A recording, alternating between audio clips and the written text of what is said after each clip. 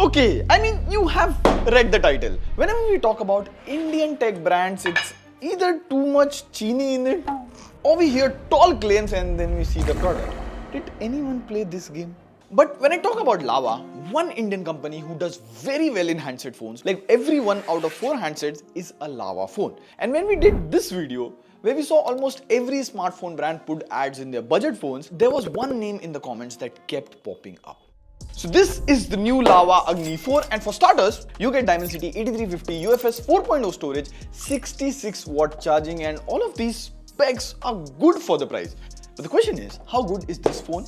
We also you guys, and honestly, I didn't expect so many questions, so we have those lava burning questions here. We'll answer all of that. In fact, the state of Indian smartphone companies, we'll talk about that. Prateek, TechWiser, and for a change, we got a really good media works. So the media kit had a very custom message. I mean, hi Prateek and Minan. The name is ours, but trust me, this is for you guys. One like for TechWiser. Now the box, as soon as you open it, there is this free service home part. We'll get to this in just a moment. But the box has pretty much everything. You get the case, scratch guard on device. Thankfully, it still carries charger, everything that you need in the box. Now, before we get to the state of Indian smartphone companies, there are 5 things which are new with this phone. And I got to know these things because of you guys' comments. Now, the first new thing has to be the metal frames. It is one of the few phones in this price to come with aluminum alloy metal frame. Now, it has this boxy design and it can stand on its own. Good thing is, there was glass back last year, and even this year, you get this anti-glare glass back. So they didn't take the glass back away and added a metal frame.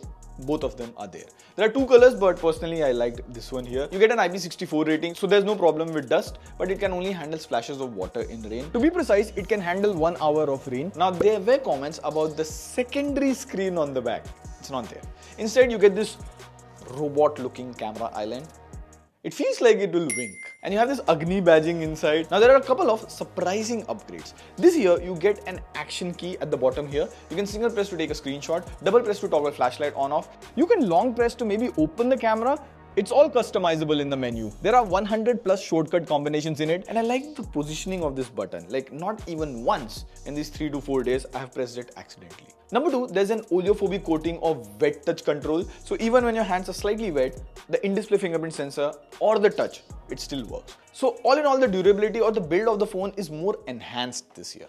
Now, there were questions about the service quality of Lava. So we didn't cover Lava Agni 3 on this channel because we thought you guys might not be interested in it. But service over a long time is something we need to see. But there are 2 things that are added this year. Number 1, if you want to try Lava Agni 4, Lava is letting you book a home demo of the phone. I'll try to leave a link of that. Do try it out and let us know how is that. It will help the community. Number 2, Lava is promising device replacement from your door in case of any manufacturing defect. That is, of course, for the first year of warranty period. Now I went one step further and I called the customer care to get the spare part price of Agni 3 because this Agni 4 is still new. So the display assembly replacement costs about 5,000 rupees. The phone is 20,000 rupees, so fair enough for an AMOLED display. The battery costs about 700 rupees. Again, really good pricing. Now this is of course for out of warranty replacement. After a year, how much it will cost to you. So everything from customer care, at least to the website, so far is well maintained. Now the third thing, which is again rare in this segment, and Piyush asked this, the bezel on all 4 sides are equal. Like, I'll just place it beside a very popular phone at this price.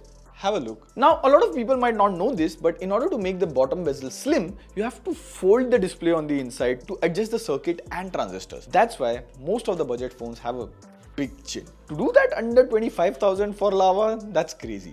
Rest, this is a 6.67 inch 1.5K plus 120Hz AMOLED display. You get about 2400 nits peak brightness. So display is bright enough inside and even outdoors. Rest, you get Widevine L1 in Netflix. There is HDR support for YouTube. No HDR support in Netflix, which is expected. You don't get that at this price. Now there are dual stereo speakers and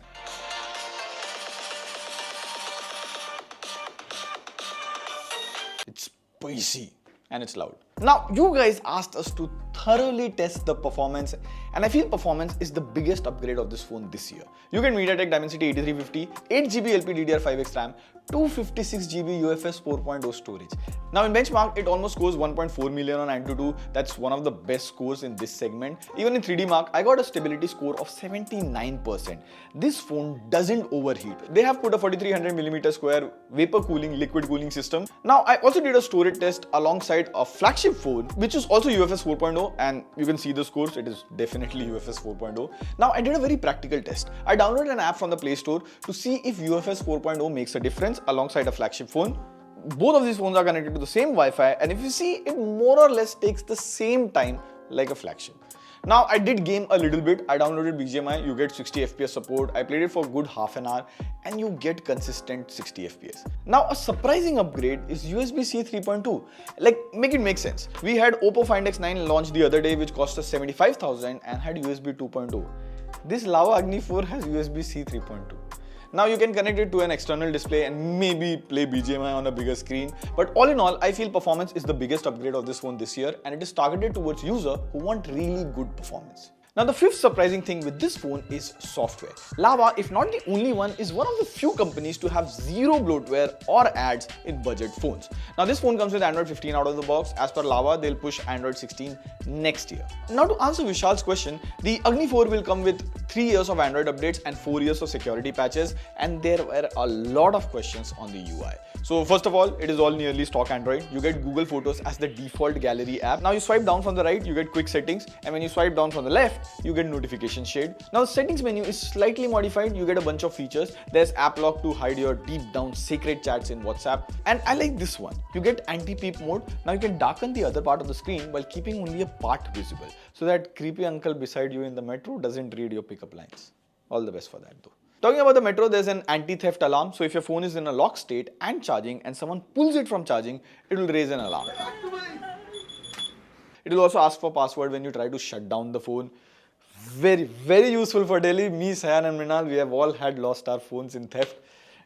Damn you, Delhi. Now, there were a few questions for haptic feedback. It uses the same haptic motor as Agni 3. There's haptic feedback when you increase or decrease the volume, when you swipe through apps, or you just press on the fingerprint and unlock the phone.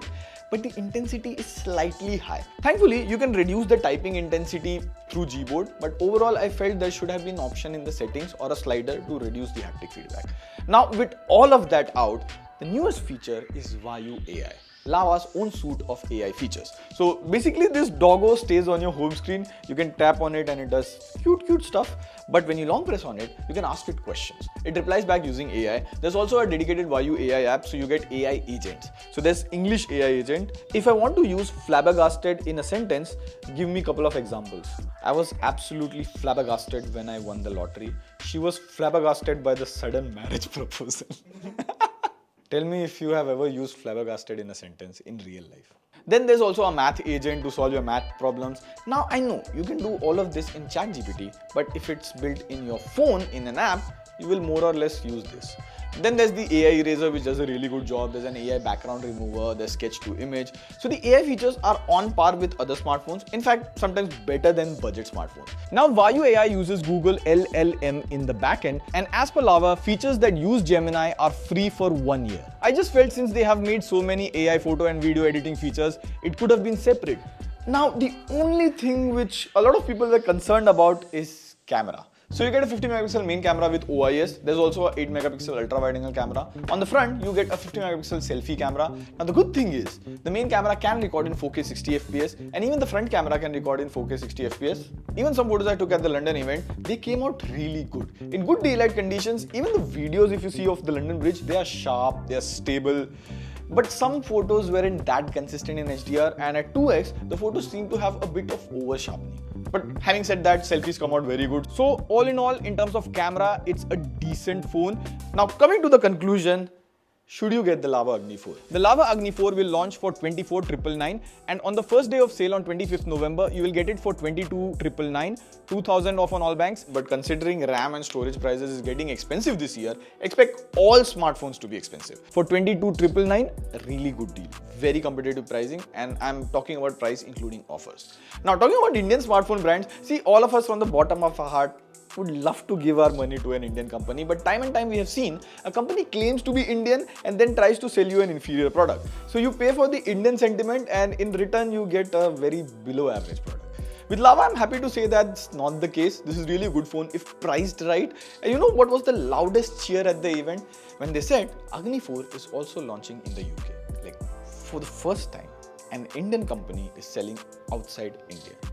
I felt that moment. Now that doesn't mean you go and buy the Agni 4. Try out the home demo, see if you like the phone. Let us know which phones you should compare this with. On that note, this is signing off. See you in the next video. Pew pew pew.